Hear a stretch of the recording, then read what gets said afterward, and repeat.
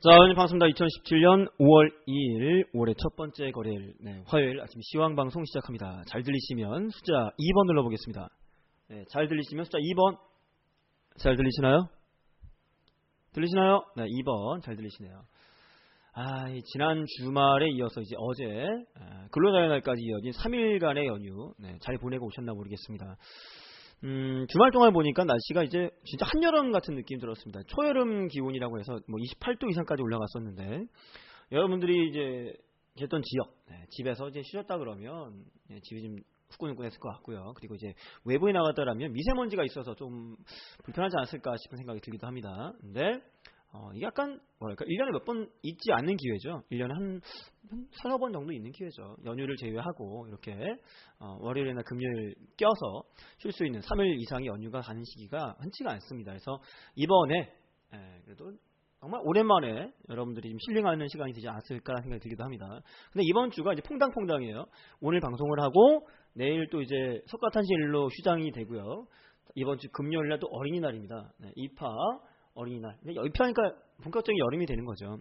어린이날까지 해서 이번 주에 이틀밖에 거래가 없다는 좀 아쉬운 일입니다. 거래가 좀 많이 있어야 우리 시장 상황에서 대응도 잘하고 수익도 많이 낼 텐데, 다음 주 화요일날 선거도 있기 때문에 이번 달 5월달 초순 정도는 좀 쉬어가는 한 주가 되지, 한 달이 되지 않을까 생각이 들기도 합니다. 자, 이슈. 오늘 화요일 5월 2일 레드클린과 함께합니다. 자, 미증시 먼저 보고 가도록 하겠습니다. 다우존스 산업지수는 21,169.11포인트 까지 갔다 왔죠. 종가는 20,913입니다. 20,000포인트 돌파 이후에 파죽지세로 찍어 올린다 상승이 나오고 있는 모습인 것 같아요. 우상향 이어지고 있고 다우지수 강합니다. 월봉상 그림 보시면 지난달에 그 양봉으로 마감했어요. 음봉 마감했습니다. 그리고 오늘 2일이잖아요. 5월 2일인데 이제 우리나라 증시는 근로자를 날로 쉬었지만 미증시는 쉬지 않았죠. 그래서 5월 달에 첫 거래일 날 21,000포인트 이제 월간 기준 봤을 때 5월 달에 양봉으로 상승했다라고 볼 수가 있고요. 주봉상 그림 보시면 마찬가지입니다. 2주간의 양봉 이후에 음봉이 약간 나왔는데 이렇게 보면은 어떻게 돼요? 왠지 이제 5월 달에 주봉 기준 봤을 때 다우지수가 21,000포인트 이하로 내려와서 25,500이나 그런 데 오지 않겠나 생각이 드는 위치인 것 같습니다. 자, 일봉상 그림 보시면 어느 정도 상승이 나온 이후에 약간 쉬는 그림이죠.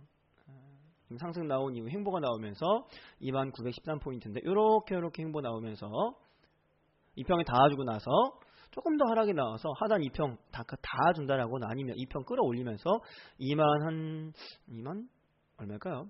2700포인트 선 정도, 700이나 500, 600 정도 내려올 가능성이 있어 보인다. 그 정도 위치로 보여집니다. 다우지수는 그렇습니다. 나스닥 지수는요, 신고가 계속 갱신해주고 있습니다. 올라갑니다. 상승합니다. 왜요? 뭐 때문일까요? 기술주들의 힘이 굉장히 좋네요. 나스닥 월봉 기준 양봉 계속 이어집니다. 주요한 기준 봐도 양봉이에요. 다우지수 같은 경우는 이제 음봉으로 좀 밀어줬는데 나스닥은 꾸준한 상승이 이어집니다. 이제 아무래도 신제품 출시라거나 기술주 업종들이 지금 수혜를 받을 만한, 기대할 만한 내용들이 많이 있기 때문이 아닐까 싶기도 합니다. 일간 기준 보시면 역시 상승 이어지죠.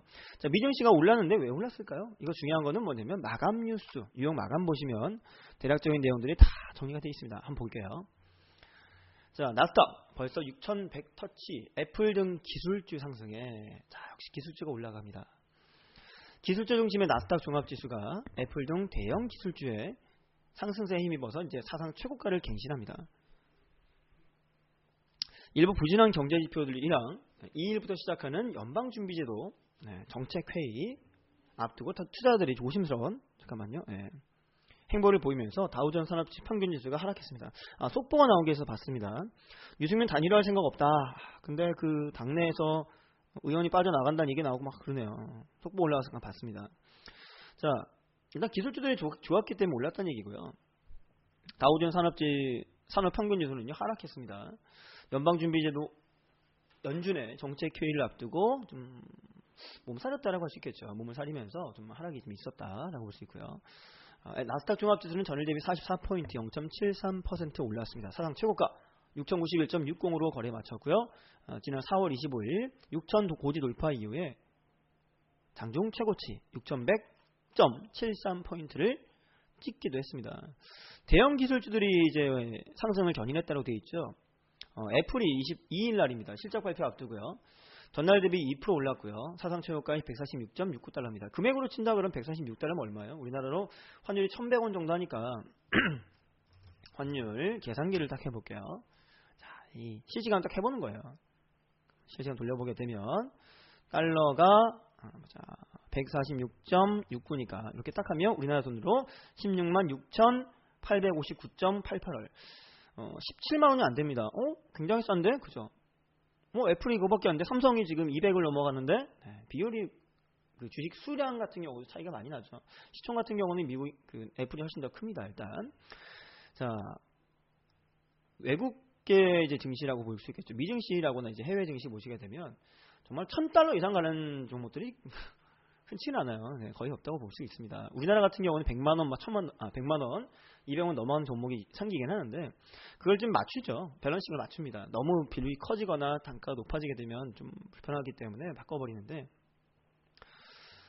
그래서 160달러, 100 얼마요? 여기 140달러대에 되어 있는 우리나라 같은 경우도 좀 바꿀 필요 있을 것 같긴 해요. 액면 분할에 대한 얘기 나오기도 했었는데 3대 주요 증시 지수 편입 종목인 애플이 장중 일중 최고치인 147달러 찍기도 했었다. 많이 올랐다라는 얘기입니다. 넷플릭스 역시 장중 사상 최고가인 157.70달러. 아이고, 애플보다 더 비싸네요. 그죠? 주식 자체가. 기록한 가운데 전일 대비 2.1% 상승한 155.35에 마감했습니다. 아마존닷컴도 2.5% 올랐죠. 장중 최고가인 954.40달러 찍기도 했습니다. 야, 아마존닷컴이 비싸죠. 948달러, 1000달러에 가까워지니까 그죠? 100만원 가까이. 100만원 전후까지 돼 있기 때문에 오래됐다 보니까 그런 것 같고요. 그리고 이제 여러분들이 알을 게 있는데 뭐냐면 아마존 같은 경우는 다양한 사업들을 진행을 합니다. 네. 목이 좀 좋아졌어요? 네, 맞아요. 좀 괜찮았습니다. 진행을 하면서 이제 해외 진출 같은 경우도 원활히 이루어지고 있고요. 실제로 돈을 좀 벌기 위해서 자사에서 직접 제품을 생산하고 유통을 하고 판매를 해서 수익을 얻는 것도 있겠지만 그것보다 중개를 하게 되면 그 파이가 커집니다. 훨씬 더 커집니다. 아마존 같은 경우가 이제 온라인 쇼핑몰처럼 보이잖아요. 여러분 아시는 것처럼 그죠? 그래서 중개업이기 때문에 규모 자체도 크고요. 그리고 이제 실제로 물건을 가지고 있지 않기 때문에 부담이 적습니다. 요즘에 우리 잠깐 넘어가면 소셜 커머스 같은 경우가 이제 죽어가는 이유가 뭐냐, 오픈마켓 변화된 이유가 뭐냐면 소셜 커머스 같은 경우는 물건을 자기네들이 매입을 해가지고 가지고 있다가 판매를 하는 거예요. 그런데 오픈마켓 같은 경우는 중개만 하기 때문에 자기들이 물건이 팔리든 안 팔리든 간에 부담이 없습니다. 많이 팔리면 돈을 많이 받고 안 팔려도 손해볼 건 없다는 거죠. 근데 매입을 하고 물건을 가지고 있게 되면 거기 보관부터 시작해가지고 안 팔렸을 경우에 타격이 큽니다. 그래서 아마존닷컴의 경우 가격 자체가 시총 자체가 높은 이유 그리고 수익성이 높은 이유가 그런 부분에 있다라는 거 좀 알고 가면 이게 상식이 될 것 같습니다. 자, 그 다음에 도널드 트럼프 대통령이 한 얘기가 있죠. 대형은행의 분할을 검토하고 있다라고 언급했습니다. 다우지수는 금융주의 약세로 인해서 하락세를 보였다. 경제지표가 이날 발표했습니다. 애틀란타 연방준비은행의 미국의 2분기 GDP 성장 전망치를 4.3% 제시했고요. 2014년 3분기 5%의 가장 높은 성장 전망치라고 되어 있습니다. 분할한다고요? 대형은행 분할한다고? 글쎄요. 이게 과연 뭐 좋은 선택이 될지는 모르겠습니다만 증시에는 좋지 않은 분위기입니다. 금융기 약세가 보이면서 그죠? 뭔가 좀 시너지 효과를 인다거나 이제 그 규모의 경제학이라는 것도 있습니다. 이게 많이 커져야 할 일이 많이 생기는데 쪼개겠다라는 얘기는 그만큼 힘을 좀 약화시키겠다는 얘기이기 때문에 금융주들이 좀 떨어졌던 모습 볼 수가 있습니다. 자, 미국 상무부가 3월 PCE 개인 소비 지출이 전월 대비 변동이 없었다. 그러니까 쓰는 것들은 별로 변화 없었다는 얘기죠. 시장 전망치 0.1% 비뚤었고요. 개인 소득은 전월 대비 0.2% 늘면서 시장 전망치 0.3을 하회했습니다. 많이 안 쓴다는 얘기죠. 지출을 많이 줄인다라거나 늘리지 않았다라고 볼 수 있겠네요. 그 정도 모습으로 보여집니다. 잠깐만요. 네, 써볼 게 있어가지고 보시고 4월에 ISM 공급관리협회 제조업지수가 54.8%로 전달 대비 하락했습니다. 51.2에 비해서 하락이 나왔죠. 54.8이니까. 미국의 제조업 성장이 둔화세를 보였다고 합니다. 제조업 같은 경우는 장기적으로 좀 둔화가 될 거예요. 더 많이 둔화될 겁니다. 어려워질 겁니다. 그러니까 과거에 여러분들이 산업을 보시게 되면 요즘 돈 많이 버는 건 누가 많이 봅니까? 1차 산업이요? 2차 산업이요? 3차 이상이죠. 그죠? 서비스업이라거나 이제 그 이상 정보 그 업등이 정보 제공업 등이 돈을 많이 벌어갑니다. 그럴 수밖에 없죠. 좀 더 고도화되고 수익을 낼 수 있는 구조가 확장되는 부분이기 때문에 제조업 같은 경우는 2차 산업이라고 볼 수 있겠죠. 공장 가동기원이라고 이런 거 본다라면 그러다 보니까 이런 분들은 좀 약화가 될 것입니다. 약화가 되고 좀 더 정보사회에 맞는 4차 산업혁명에 맞는 서비스들이 늘어날 것이고요. 그리고 이제 통합이라고 하죠. 마윈이 제조업이라거나 유통업들을 통합을 시켜가지고 생산과 소비 연결을 같이 하는 거기 때문에 그런 부분들을 엮어본다라면 제조업도 이제 통합으로 이루어지면 괜찮을 수 있겠지만 아직까지 따로 분리되어 있는 부분들은 좀 더 약해질 것이다라고 볼 수 있습니다. 자, 그 다음에 뉴욕 외환시장 주요국 통화에 대한 달러 가치 보유 인덱스는 전일 대비 강보합입니다. 99.06으로 마감이 되었네요. 자, 일단 보시게 되면 뭐냐 이제 애플이 지금 올랐다라는 얘기고요. 애플 때문에 이제 기술주 업종들의 움직임 나왔고 나스닥이 강세를 보여줬고요. 유가는 하락했습니다. 미국 원유 생산량 증가가 증가가 석유 수출국 기구 오펙과 다른 주요 원유국의 감산 노력을 상쇄할 수 있다는 우려가 높아지면서 왜요? 지난주에 얘기했을 겁니다. 아니 오펙 같은 경우는 이제 석유 생산국 기구 같은 경우는 감산한다 그래서 우리 뭐 얼마 감산할게요. 국가별로 얼마하고 뭐 지역별로 얼마 해가지고 깎을게요. 덜 파가지고 가격 경쟁을 올리겠다라고 했었는데 미국에서 파버리면 어떻게 돼요? 도로와 및 타압을 이렇게 되는 거죠. 그러다 보니까 유가 같은 경우는 상승할 가능성이 있다는 것 때문에 하락이 좋습니다. 런던 선물거래에서 7월분 북해산 브레트유는 전일 대비 53센트 빠지면서 51.52달러. 서부 텍사스 원유 WTI는 49센트 하락하면서 48.84달러입니다. 50달러 전후에서 움직임 나오고요. 3월 28일 약 한 달 전 이후 최저가를 기록합니다. 국제금값은 하락을 했습니다. 미국의 GDP에 강한 반등 전망하는 지표가 안전자산 금 수요를 줄이면서입니다. 이렇게 생각하시면 가장 편해요. 뭐가 편하냐면 금값은 언제 올라갑니까? 시장이 불안할 때 올라갑니다. 왜요? 안전자산이기 때문에 전쟁 나가면 뭐 들고 가느냐? 전쟁 나면요 금 들고 튀세요 여러분. 전쟁 나면 금 들고 튀셔야 됩니다. 농담이 아니라 금을 들고 날라야 됩니다. 그래야 전 세계 어디 가서라도 먹고 살 수 있습니다. 우리나라 5만원권 들고 갔는데 야, 저 대한민국이라는 국가 너네 전쟁 났잖아. 너네 화폐가치 개똥인데? 엉망진창이 안 돼. 안 받아줘. 1000만원 줘야 뭐 이게 좀 오바겠지만 1000만원 줘야 뭐 물 한 잔 주고 이럴 수 있습니다. 그러다 보니까 화단 들고 튀어야 돼요. 그러니까 휴일조가 되는 거예요. 집회는. 그러다 보니까 귀금속, 특히 금 같은 경우는 전 세계 어딜 가였습니다. 그 외에 뭐 다른 다이아몬드도 좋죠. 물론 다이아몬드 좋은데 그거는 이제 환급성 이런 부분들이 좀 차이가 나기도 하기 때문에 지금까지는 가장 편한 환급이 편한 금속은 이제 금이기 때문에 금을 들고 튀어야 됩니다. 금 수요를 줄였다는 얘기는 뭐예요? 시장의 부담감이 적다는 얘기죠. 안전자산에 대한 수요는 줄었다. 그러니까 떨어졌다는 얘기고요. 금값은 2일 동안 올랐습니다. 앞으로 이전에 지난주 주간으로 1.6% 하락했고요. 프랑 대선 등 지정학적 리스크가 완화가 됐습니다. 안전자산 수요가 줄면서입니다. 7월물 은값은 전일 대비 온스당 43센트 떨어졌습니다. 역시 금 떨어지니까 은 떨어지고 동 떨어지고 구리 떨어지죠. 그렇죠? 구리는 올라갔네요. 구리는 좀 올라갔습니다. 7월물 백금은 전일 대비 온스당 1.7% 하락 나왔다고 되어 있습니다. 정리하자 매수는 이렇습니다. 나스닥이 6,100을 터치했는데 애플 등 기술주가 올랐다. 라는 얘기 보시면 될 것 같고요. 그리고 기름값은 어때요? 미국이 원유 증가량을 올렸던 얘기 때문에 생산 늘렸다는 얘기 때문에 오펙의 노력이 감소됐다, 상쇄됐다라는 얘기입니다. 금값은 시장의 불안감이 줄었기 때문에 빠졌다. 세 가지 보시면 될 것 같아요. 자, 이렇게 해서 미증시 뉴욕 마감 확인했고요. 이제 뭐가 있느냐? 코스피, 코스닥 국내 증시로 갑니다. 자, 코스피 같은 경우 어떻게 되어 있습니까? 코스피 잘 가요, 안 빠져요. 2200포인트 이상 올린 다음에 안 떨어집니다. 내려온 것도 같은데 안 빠진단 말이에요. 강합니다. 물론 강한 건 좋습니다만 지금 위치 자체가 부담이 될 수 있는 구간이기도 해요. 2200포인트 돌파 나오고 200 이상에서 이전 가장 최고가가 2231포인트였는데 근접한 자리까지 가다가 빠지게 되면 2000까지 올 수도 있고요. 깨면은 10800, 600까지 올 수도 있기 때문에 부담이 돼요, 분명. 좀 걱정이 되기도 하죠. 그래서 이거 좀 고공행진하고 있는데 이제 꼭대기에서 떨어지면 아플 텐데 라는 생각 들어서 좀 부담되는 위치인 것 같습니다. 그래도 올라가니까 종목들도 상승해주고 여러분들도 수익도 나고 좋은 일이긴 합니다만 주의가 필요한 구간이다 생각됩니다. 월간 기준 보시면 정고점 근처까지 갔습니다. 정고점 근처 갔다가 머리 맞고 빠질 수도 있다. 월봉 기준 4월 그래도 양봉으로 마감했습니다. 굉장히 좋네요. 아름다운 모습으로 마감했습니다. 4월 아름답게 마감했고 5월달은요. 5월달은 지금 빠질라나 조정 나올라나 하락할라나 그럴 수도 있겠다는 생각이 드네요. 주의가 좀 필요합니다. 주간 기준 보시면 양봉 잘 갔습니다.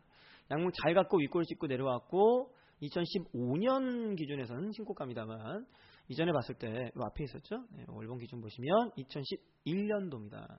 10년, 11년 넘어가는 시기 그 자리까지는 올라가지 못했어요. 지난주 양봉이기 때문에 이번 주에 음봉이나 조정 나올 확률이 있다라고 보셔야 되고요. 코스피 일봉 기준 떠서 이게 다우랑 비슷하죠. 들어올렸다 횡보 나온 모습. 음봉시 2100포인트 중반선 정도까지 조정 가능성이 있다라고 보여집니다.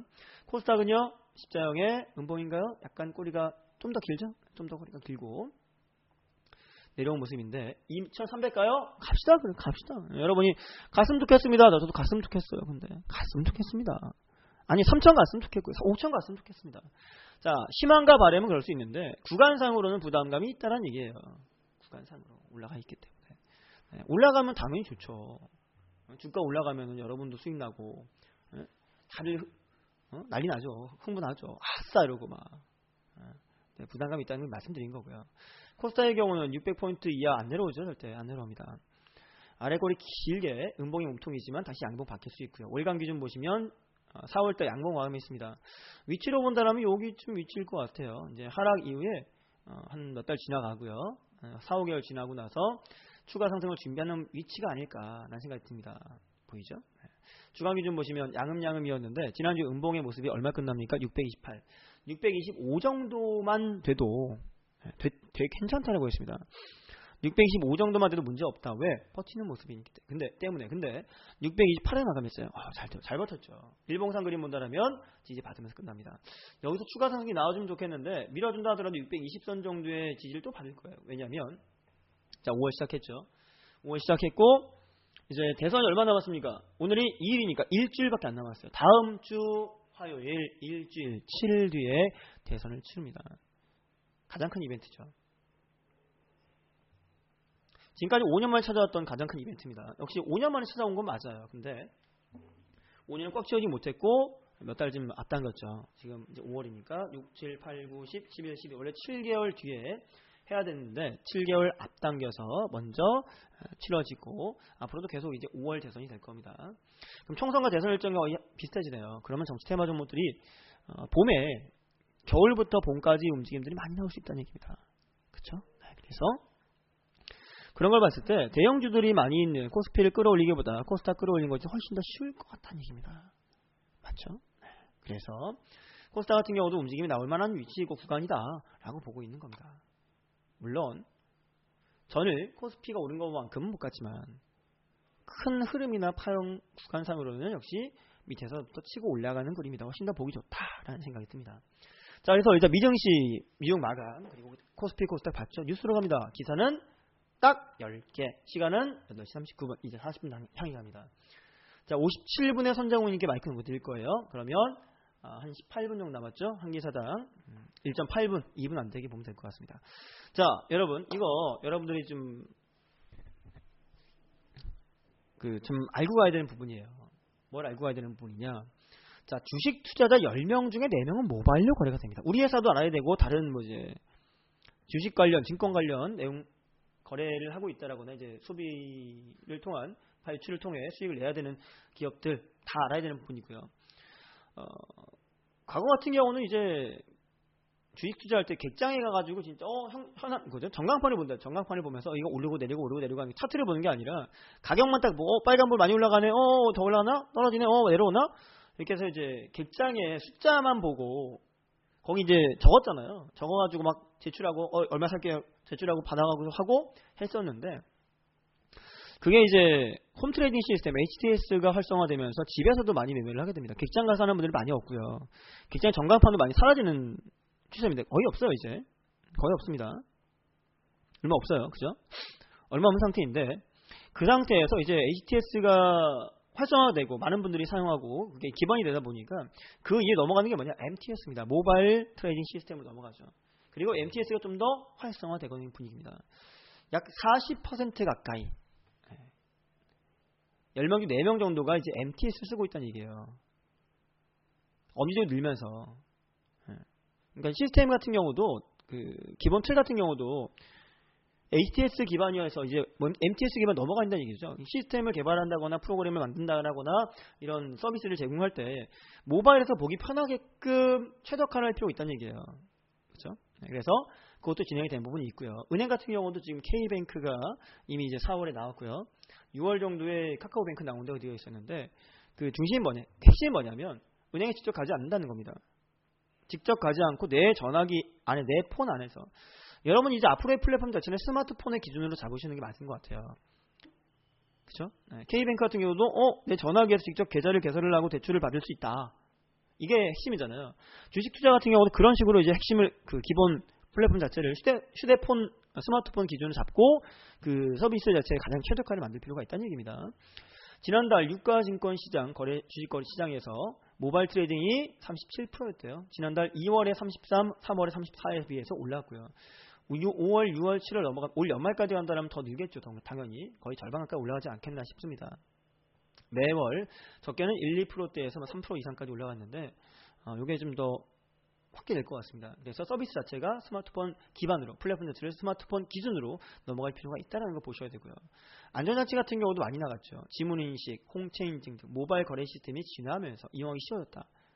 우리 방송을 한다라거나 프로그램 이용하는 것도 거기에 맞춰서 가볍게 소스를 많이 안 들게 데이터 많이 안 먹게 가볍게 할 수 있는 방법을 찾아볼 필요가 있다는 겁니다.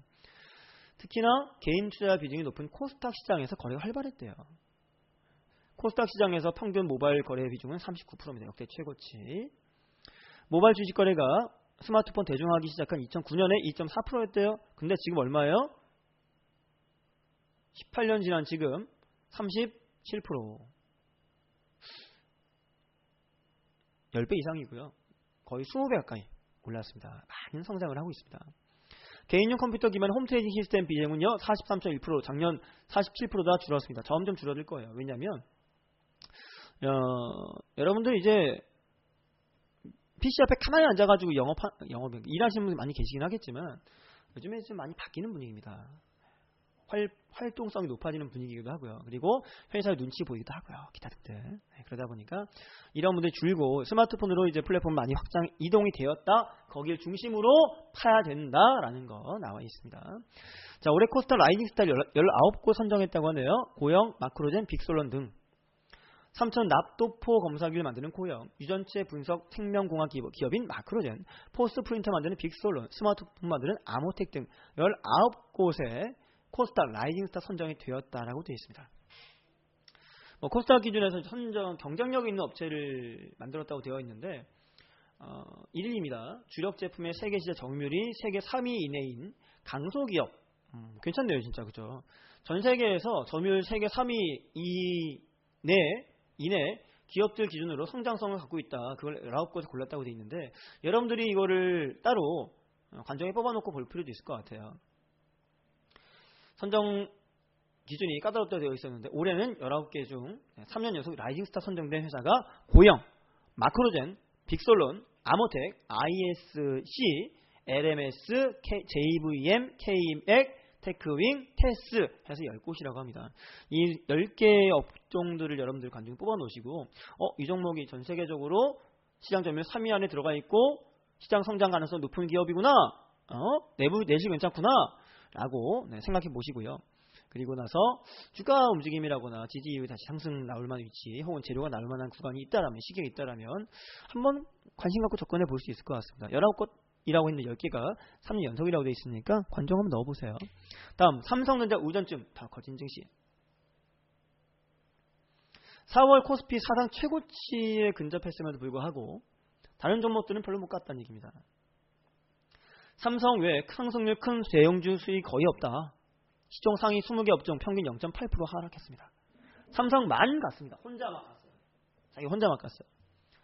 삼성이 8% 올라가는 가운데 SK하이닉스 6.9% 올라갔습니다. 그나마 SK하이닉스 같은 경우는 도시바 그 인수를 위한 준비도 있고요. 그리고 삼성과 연결된 부분도 있어요. 삼성전자가 평택에 6월달에 그 공장 가동권이 있잖아요. 그 부분과 함께 이제 반도체 업종 중이기 때문에 같이 포함이 되는 부분이고요. LG생활건강 같은 경우도 6.8% 올랐는데 많이 가네요. 삼성, LG, 우리나라는 삼성 다음 LG잖아요. 외국에서는 인정 안 하겠지, 모르시겠지만 잘 그렇게 넘어가는 부분이 있고요. KTNG 같은 경우는 KTNG 담배잖아요. 담배값 인상한 다음에 그게 담배 피시는 분들 줄어든 게 아니라 오히려 세금만 많이 걸었다는 얘기입니다. 돈 많이 벌었다는 얘기죠. 아모레퍼시픽 같은 경우는 안 빠지고 올랐어요. 그동안 사드 보복권 때문에 그 화장품 업종들이 움직이기 약했죠. 많이 빠지기도 하고 하락이 있었는데 그 이후에 생각보다 문제 없다라고 해서 올라온 것도 있어요. 그 다음에 뭐 네이버 빠졌어요. 네이버 잘 갔었는데 LG화학 빠지고 현대모비스 빠지고 이런 식입니다. 포스코 빠지고 현대차 빠지고 자동차 완성차 업체 같은 경우는 충격이 또 많이 크죠. 뭐 다른 것도 몇 개 악재 나온 것도 있곤 해서 하락이 많이 나왔는데 그러니까 이게 뭐냐면 삼성이 우리나라 코스피를 끌어올렸다는 얘기입니다. 다 해먹었다는 얘기예요. 쉽게 말하면. 그렇죠? 다 해먹었다는 얘기입니다. 코스피가 사상 최고치를 경신을 앞두고 있지만 삼성 외에는 특별한 상승은 없다. 삼성전자 의존증이 심해지고 있다는 얘기입니다. 이게 이제 문제가 되는 게 뭐냐면 만약에요. 삼성이 그럴 리는 없겠지만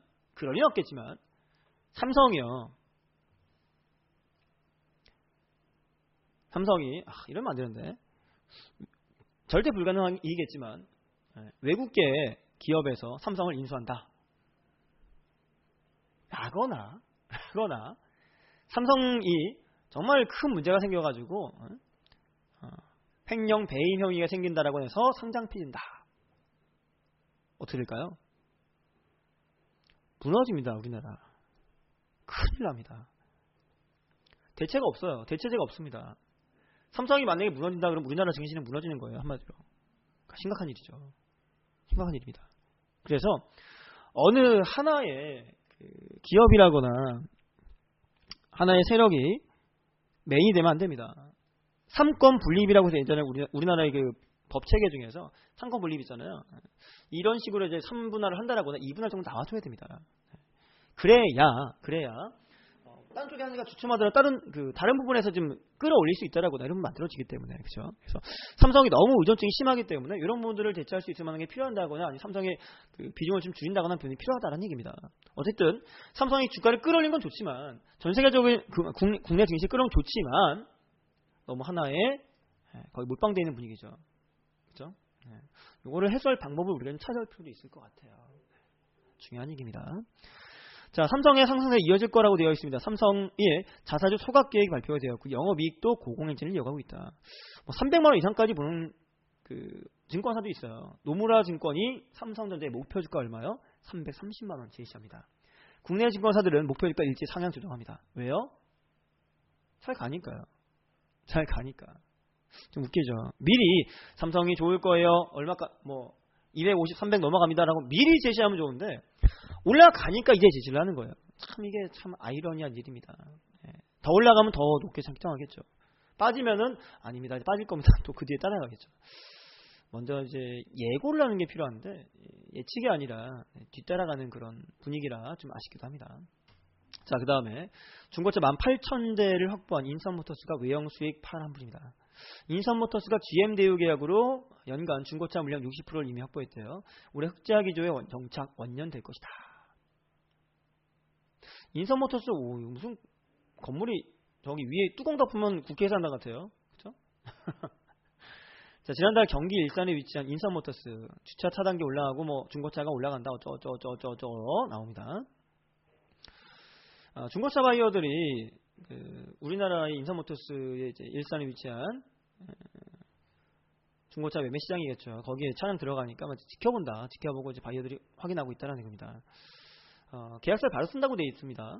사업 초기에 이제 수출 컨테이너 수가 지금 20개 이상 올라갔다고 합니다. 우리나라 차량 같은 경우를 이제 중고차들을 해외에 이제 수출하는 기업이라고 볼 수 있겠네요.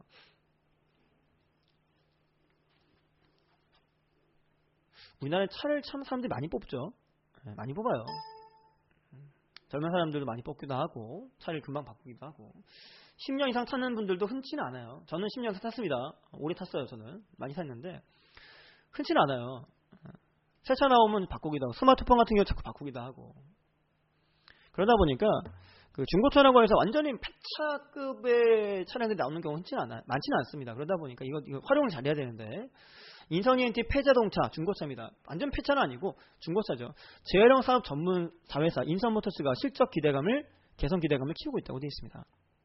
중고차 및 부품 수출 호조가 지속이 된다. 고철 단가 회복, B2B 거래 시장에서 대규모 수주가 나오고 있다. 격포제를 맞았다. 라는 얘기가 나옵니다. 작년이었나요?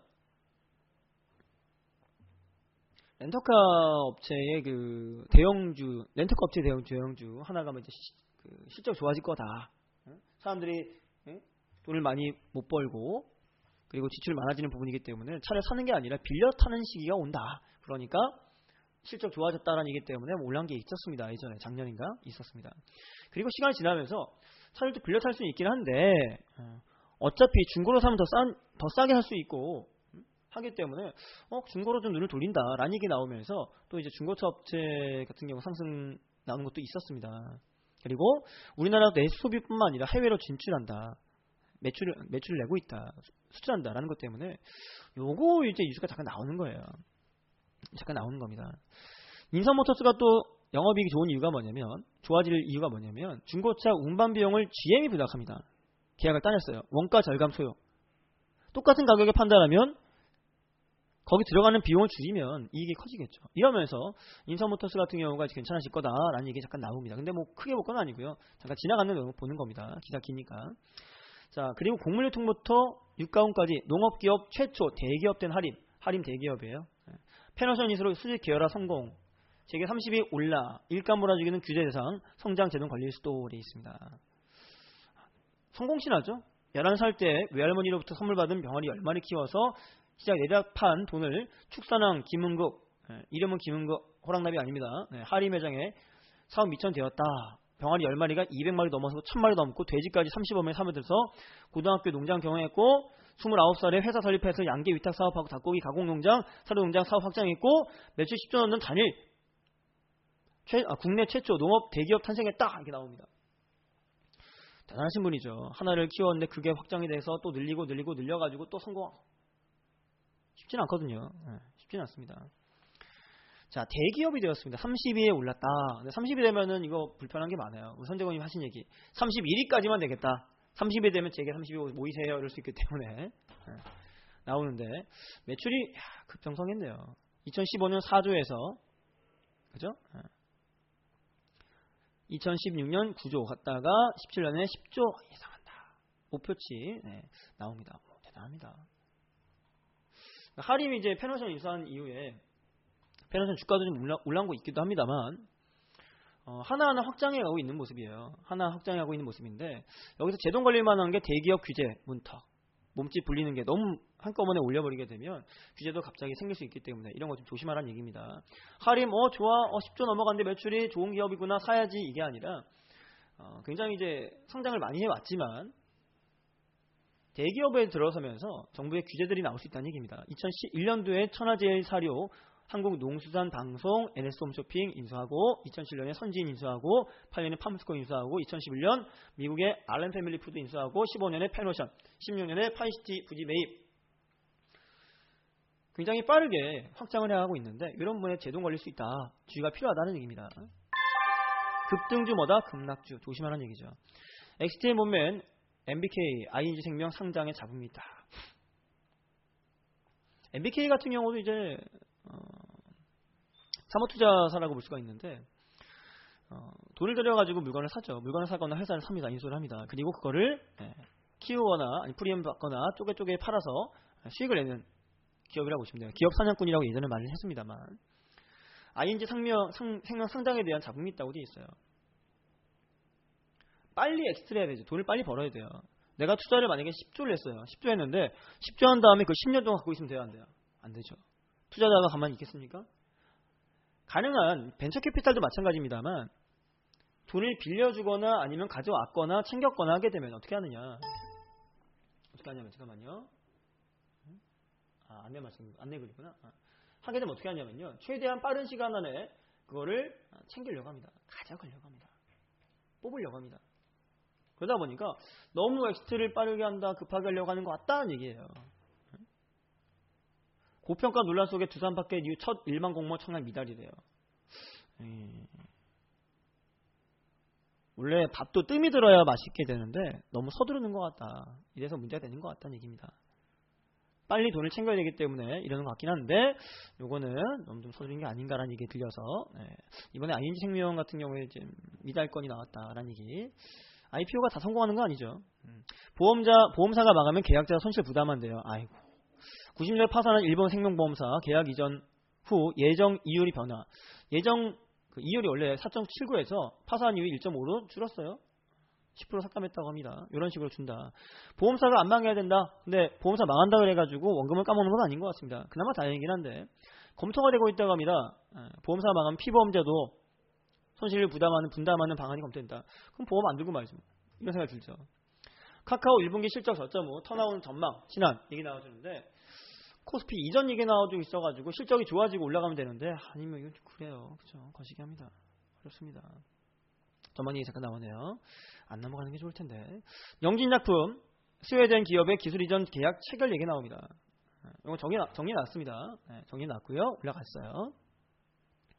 그래서 오늘 좀 올라가려나? 올라가려나? 그동안 좀 약했었는데 시간에 매수도 물량 들어간 게 약간 있었습니다. 마지막 국내 주식형 펀드가 6일 연속 순유출입니다. 왜 그럴까요? 다양한 이유가 있겠지만 지금 시기적으로 본다면 이런 것도 있을 겁니다. 이번 주에 135 쉬죠? 다음 주 화요일날 휴장이죠? 거래가 적습니다. 거래가 적고 휴장일이 겹친 시기에는 현금화라는 의지가 좀 있습니다. 그런 의도가 많이 나옵니다. 그러다 보니까 조금 매도 물량도 아주 나왔고 쉬는 모습일 수도 있다라는 생각이 듭니다. 코스피 같은 경우도 2200에 돌파 나오고 나서 단기 이제 정고점 근처 왔기 때문에 조정이나 하락 가능성도 있다. 그때 부담감이 있다라고 볼 수 있습니다. 자, 이렇게 하시고 오늘 월요일 같은 화요일 이번 주 첫 번째 거래일 여러분 모두 대박 나시고요. 선재공님께 마이크 넘겨드립니다. 오늘도 화끈한 수익! 선재공님이 안겨주실 겁니다. 여러분 선재공님과 좋은 하루 되십시오. 마이크 넘겨드립니다.